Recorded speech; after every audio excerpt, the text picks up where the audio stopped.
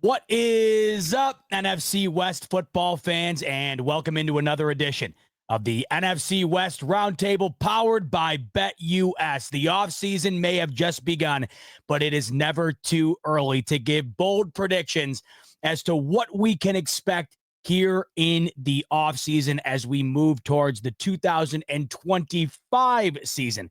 That's the topic of tonight's episode of the NFC West Roundtable. Without further ado, let's bring in the fellas, Mike, Brandon, Jake, and Jesse. Before we dive into the offseason, let's dive into what the offseason could culminate into, fellas. Even though the Super Bowl just ended this past week, we have the lines out already for the upcoming Super Bowl this year. And right now, the Eagles, Chiefs, and Ravens are your favorites to win it all this upcoming season. The Bills at plus 750 in the second spot. The Lions with your third best odds at plus 1,000. You can get in on it early, a full year in advance on BetUS using the promo code YouTube150. That'll get you a 150% sign-up bonus up to $2,000 on your first deposit and 125% bonus on your next two after that. All right, fellas. So this past year's Super Bowl is in the books, and we move our sights to 2025. The offseason has officially begun, and it's shaping up to be an awfully interesting one at that. Jake, I'm going to start with you here. We've already had some interesting offseason news for the Rams. They had announced that Cooper Kupp will no longer be returning to the team. There's been some outcry about the situation regarding Matthew Stafford because of that. So already a little bit of drama in LA. With that in mind, a bold prediction for your Rams heading into the offseason. Yeah, well, I think Stafford will be back, but I don't think that's really bold, although right now it feels very bold. I'm going to say that they move the 26th overall pick and maybe another pick to go out and get a big-time pass catcher. Who is that? We'll find out. Is that Chris Olave? Is that Garrett Wilson? Is that Jerry Jeudy? I think there's going to be a few names that emerge that are way better than Deebo Samuel that emerge within the next month or so that become available, and I think the Rams are going to be there. I think they feel really good about their investment in Jared Verse at pick 19, obviously. But I think they know if Stafford is back, they have about 2 years to get this thing done again. And I think they're going to move that 26th overall pick and get, I don't want to say an elite pass catcher, but a big time guy. And it'll be bigger than somebody like Cortland Sutton, who I think is a good player. But I think it'll be somebody that has some youth. So you're going to get probably around that 24 to 27 age range, and somebody to kind of grow with Puka Nacua. So that is my big bold prediction. Is that even a tight end? Maybe it's Kyle Pitts. You wouldn't have to give up the 26th overall pick, maybe, but I think it's going to be somebody that you have to give up the 26th overall pick for. Why is the conversation surrounding the future in LA for Matt Stafford heating up the way it has been as of late? Why is all of a sudden that the main topic of conversation? And are you worried at this point that he might not be coming back? Yeah, I think it's actually real. I mean, there are people that are like, there's no way. And, Graziano came out and said that it's likely.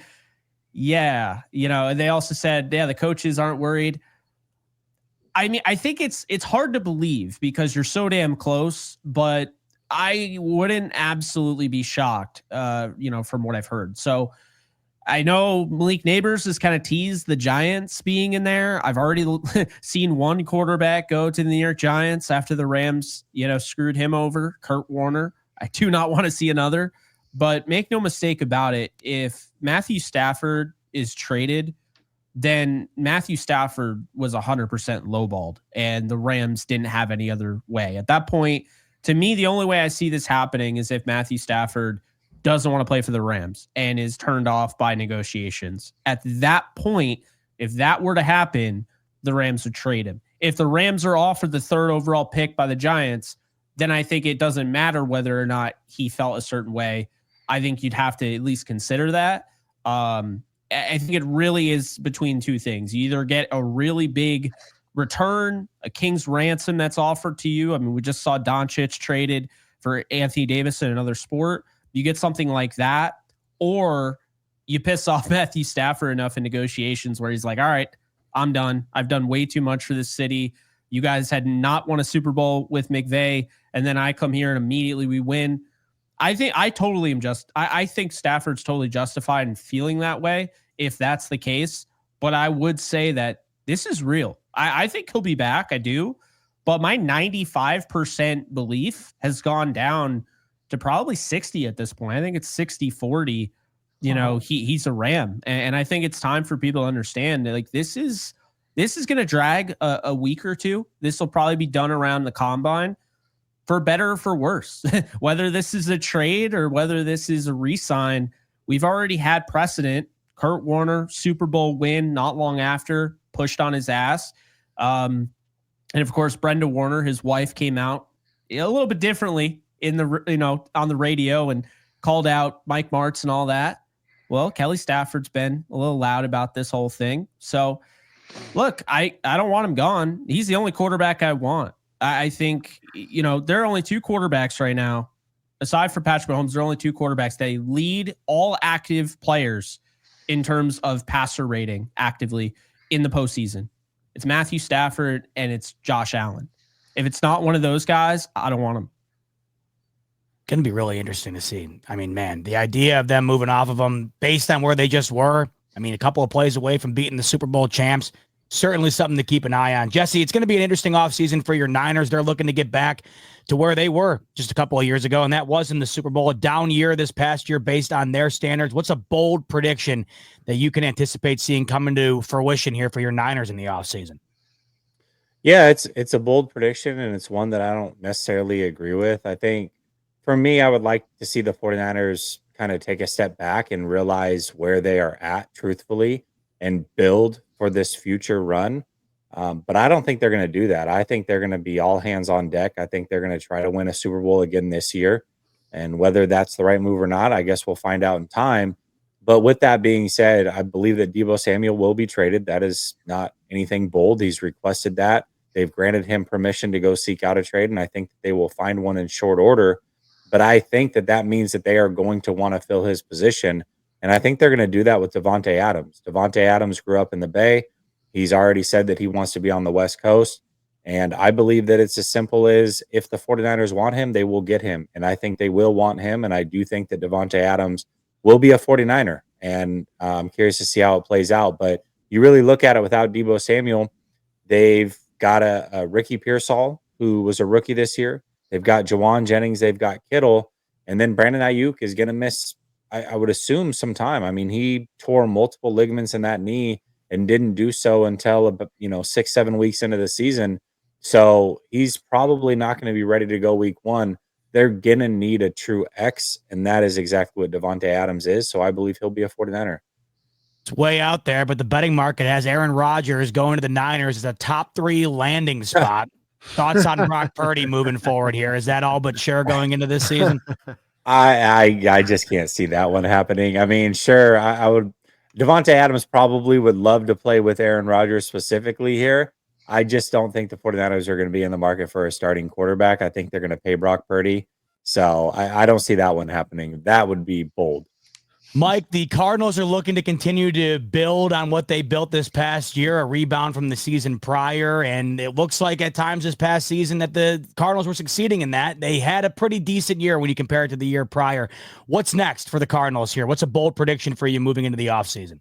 So when I look at this roster here, the old thing I can really think of is what can Monty Ossenfort, what this front office can do to elevate what was one of the biggest holes / needs through in 2023 and 2024. That's that defensive line / pass rusher, right? So I don't know if it's a bold prediction, but I feel like that should be the main thing the Cardinals need to focus on in this offseason. So I'm going to throw something out there, and hopefully it's a Hail Mary that the Cardinals are going to use their draft capital. I know Monty Ossenfort likes his draft picks, but I think it's time for the Cardinals to go after one of the big 3 guys. And I'm talking about either Micah Parsons, Max Crosby, or Myles Garrett. Now, obviously, Myles Garrett's going to be the most likely to move off of the Browns because of the request that he put out that he wants to get traded out of that organization. I know there's some kind of rumors out there about Micah Parsons. Don't know if that's really attainable. And then obviously Max Crosby ended up having that cryptic tweet out a couple of weeks ago. So I'm going to come out here and say that the Arizona Cardinals are going to actually go after a big blockbuster trade and finally get their X/closer pass rusher, and hopefully it's Myles Garrett or any of the other 2 guys that we mentioned here. So fingers crossed. Yeah, that's already the headliner of the offseason thus far. Where's Myles Garrett going to go? Is Max Crosby going to be moved out of Las Vegas? And like you mentioned, that Micah Parsons, those conversations have kind of gone to the side a bit because of Max Crosby and Myles Garrett. But I don't know. It doesn't seem like Dallas is set up for success right now. If they want to be in the near future here, maybe they try to stack up with their new head coach by getting picks from Micah Parsons. Brandon, let's move it to you. Seattle, what's the move this offseason? A bold prediction for you based around what you think the Seahawks are going to do this upcoming season. Well, unfortunately, it's not going to be the kind of bold predictions exactly to the category of, I think, what the other guys are doing, because there's just not room for there to be so on that. The Hawks are going to this offseason over the cap in how they're looking right now as it stands. There's levers they can pull to clear some cap space, but then they have to sign the two biggest contract extensions on the roster right now, the two biggest contracts they'll have on the roster in DK Metcalf and Geno Smith. When they put those guys on extensions, you also have Jones, the inside linebacker they traded for, will be on a big monster extension. There won't be a lot of money left over at that point. So here's my opinion on this. The team would have been smart to choose one of two roads this offseason in their future, much like Jesse. My hope was a little bit of maybe take a step back, eat this bad money, to then get peeled on to 2026. The team's not going to do that.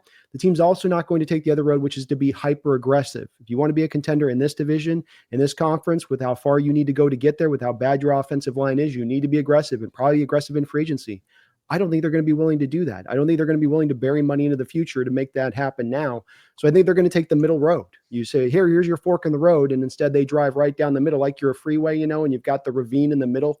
Like they're going to go down into the middle of the ravine part, I think, and it's going to lead to kind of more middling results at the end of the day, as it all turns out. Well, there you have it. We have just entered into the offseason. I got a bold one for Seattle. Oh, dude. They're going to trade DK Metcalf. He's getting traded this offseason. It's possible. It's possible. They're not indicating anything from that on how this is leading up to things, but it certainly wouldn't blow me away if it were to happen. Well, DK Metcalf, welcome to Buffalo. My bold prediction for the Bills. We look forward to seeing them on the Cardinals East are getting Myles Garrett. Yeah, that was going to be my prediction of the Cardinals. I think the Cardinals get Garrett because they got the money to spend to give him the new contract when he wants to. I know, Z-Bot. I know. The Bills really I want do Max need Crosby him, anyways. Really? Yeah, I want the extra youth there. I want the Von Miller move has really scarred me. I know Myles Garrett's 3 years younger right now than Von Miller was when they acquired him. So glad you guys did that. Yeah, I did not want Von Miller. I was just mad that they took so long to back off Von Miller.